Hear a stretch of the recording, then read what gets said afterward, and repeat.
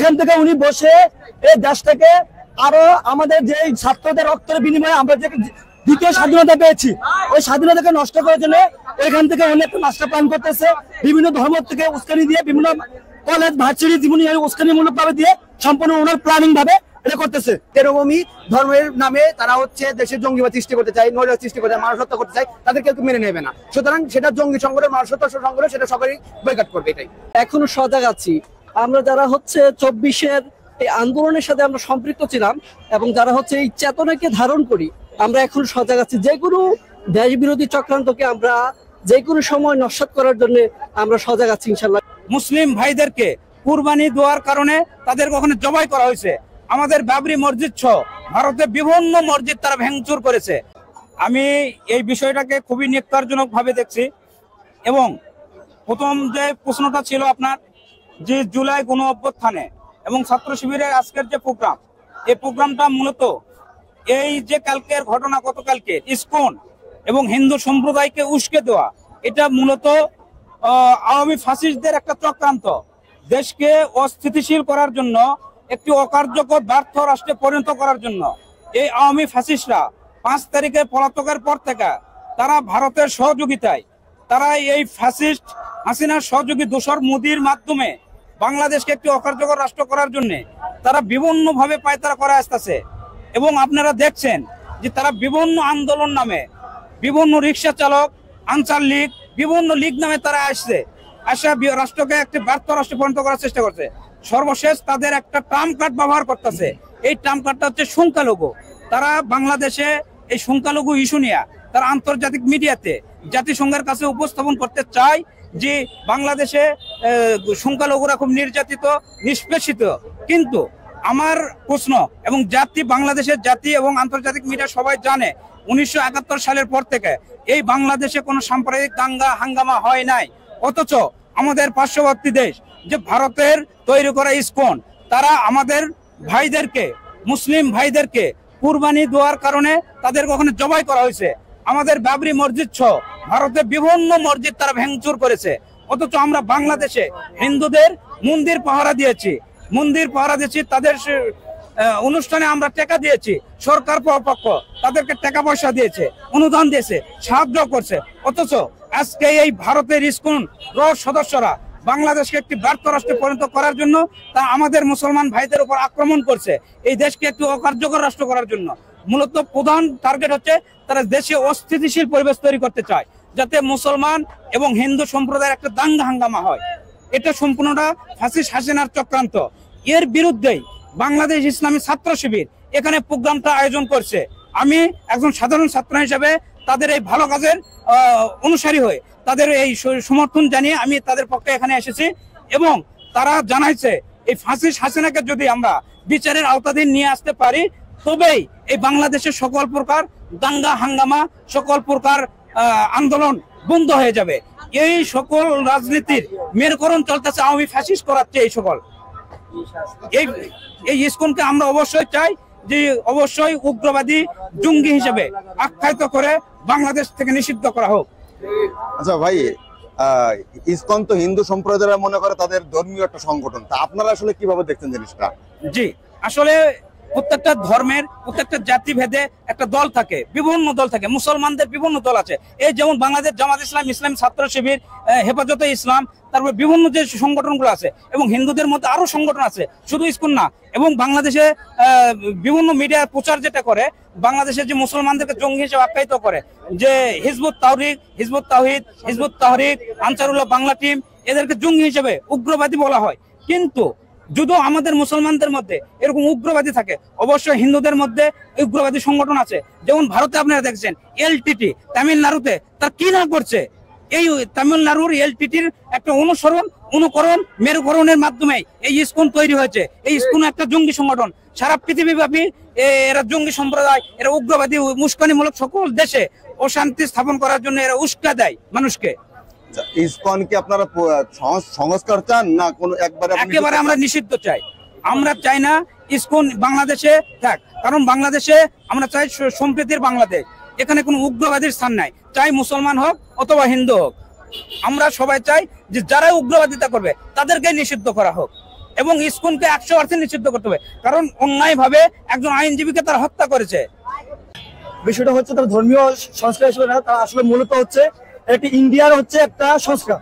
এটা ইন্ডিয়ার সংস্কার, যে আমাদের বাংলাদেশ থেকে যিনি সাবেক অবৈধ সরকার ছিলেন, বিগত বছর 2018 সাল থেকে শুরু করে 2024 সাল পর্যন্ত দেশটাকে লন্ডভন্ড করে সে ইন্ডিয়াকে বসছে।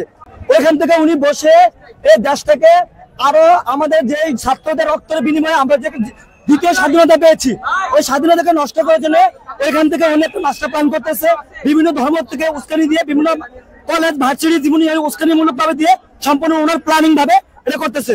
মূলত ধর্মীয় ভাবে যেটা আচার করছে, এটা মূলত তাদের হচ্ছে ইন্ডিয়ান একটা সংস্কার। এটা বাংলাদেশের সংস্কার, এটা ইন্ডিয়ার সংস্কার। ইন্ডিয়ার সংস্কার হচ্ছে বাংলাদেশের মধ্যে একটা অরাজকতা সৃষ্টি করার জন্য, একটা সমস্যা সৃষ্টি করার জন্য আজকে এই স্কাইপ এটাকে সাজানো হয়েছে। মূলত যে স্কাইপটা করা হয়েছে, এটা বিগত কয়েক বছর যাবত সরকারের আমল থেকে এটা শুরু হয়েছে।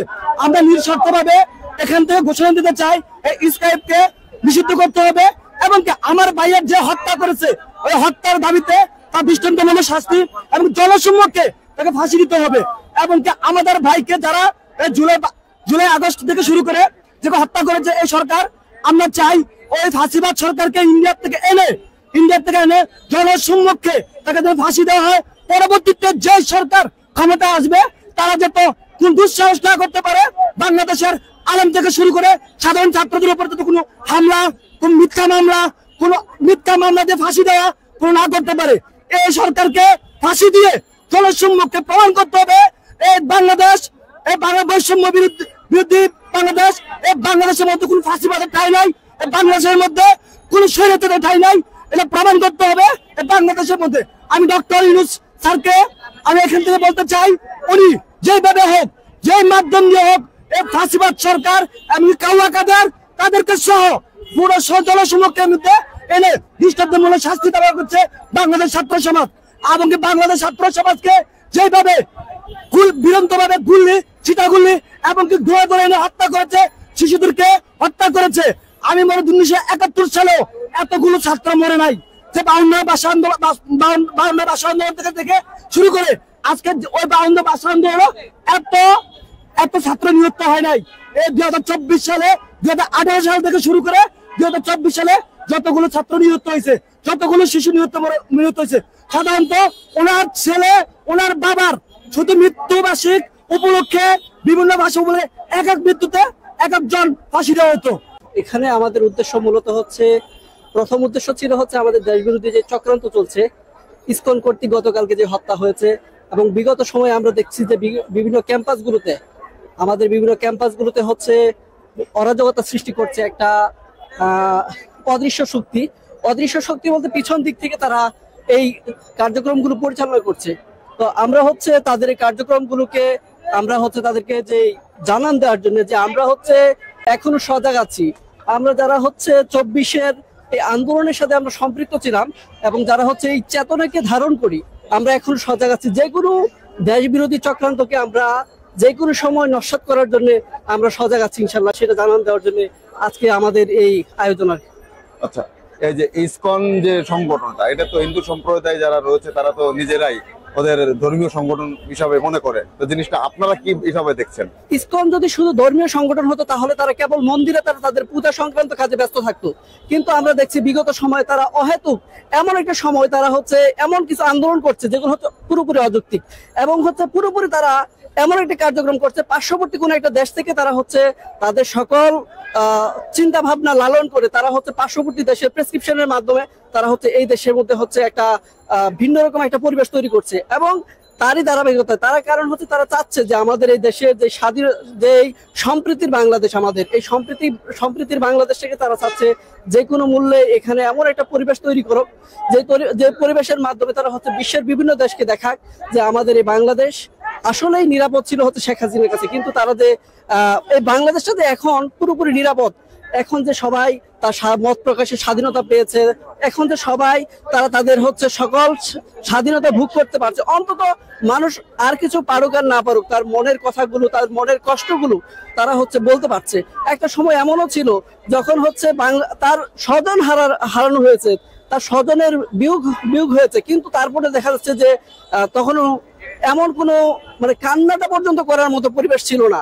আমরা হচ্ছে যদি শাপলা চত্বরে গণহত্যার দিকে তাকাই, এখানে গণহত্যা হয়েছে, কিন্তু এখানে গণহত্যা যারা করেছে, সংগঠিত করেছে, যাদেরকে শহীদ করা হয়েছে, তারা পর্যন্ত বুক ফুলিয়ে এসে তারা পর্যন্ত তাদের কষ্ট কান্নাটা কখনো এসে বলতে পারে না, মিডিয়ার সামনে পর্যন্ত এসে বলতে পারে না। কিন্তু আমরা এখন এমন একটা বাংলাদেশে এসেছি যে বাংলাদেশ সবাই কথা বলতে পারছে এবং সকল জুলুম নির্যাতনের বিরুদ্ধে সবাই কথা বলতে পারছে। এটাই হচ্ছে অনেক বড় চাওয়া পাওয়া।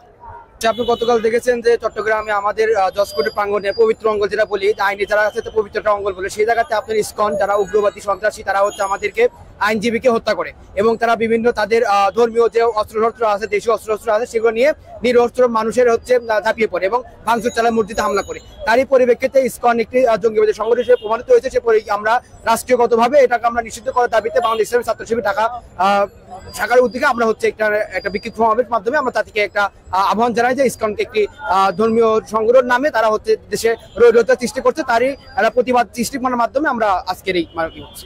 ইসকন তো হিন্দু সম্প্রদায় যারা, তারা তো ওই ইসকনকে ধর্মীয় একটা সংগঠন মনে করে। আপনারা জিনিসটা কি মনে করছেন? আচ্ছা দেখেন, আমাদের যেরকম মুসলিমের অনেক সংগঠন আছে, তারা কিন্তু আইএস আছে আর আদার হচ্ছে, সেগুলো ধর্মীয় সংগঠন, সেগুলো নিষিদ্ধ সংগঠন, সেগুলো জঙ্গিবাদী সংগঠন, সেগুলো মুসলিম মেনে নেয় না। তেরকমই ধর্মের নামে তারা হচ্ছে দেশের জঙ্গিবাদ সৃষ্টি করতে চায়, নৈরাজ্য সৃষ্টি করতে চায়, মানুষ হত্যা করতে চায়, তাদের কেউ মেনে নেবে না। সুতরাং সেটা জঙ্গি সংগঠন, মানুষ হত্যা সংগঠন, সেটা সবাই বয়কট করবে। এটাই তো সর্বশেষ আপনারা কি ইসকন কি পরিবর্তন হওয়ার দরকার না পুরো নিষিদ্ধ চান? পুরো নিষিদ্ধ চাই। কারণ দেখেন, যে সংগঠন দেশীয় অস্ত্রশস্ত্র নিয়ে যে সংগঠন মানুষ হত্যা করে, সেই সংগঠন কখনো মানুষ মানে কল্যাণকামী হতে পারে না, কখনোই না। তো সেই সংগঠন কল্যাণকামী না, সেগুলো অবশ্যই উগ্রকামী এবং দেশ এবং জাতির ষড়যন্ত্রে লিপ্ত হয়, সেই সংগঠন কখনো দেশের জন্য কল্যাণের নয়। তাই আমরা সেটা নিষিদ্ধ চাই।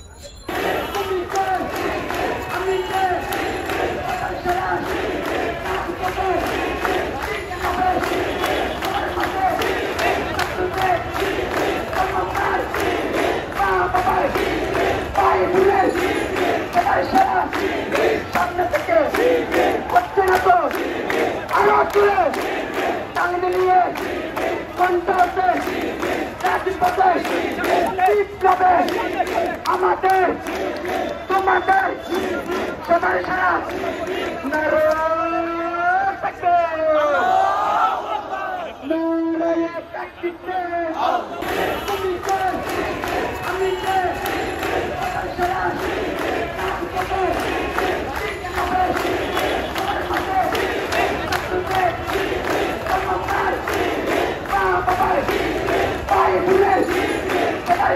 সামনে থেকে করছে না তো আরো তুলে টাঙ্গি নিয়ে কণ্ঠে আমাদের তোমাদের সবার সারা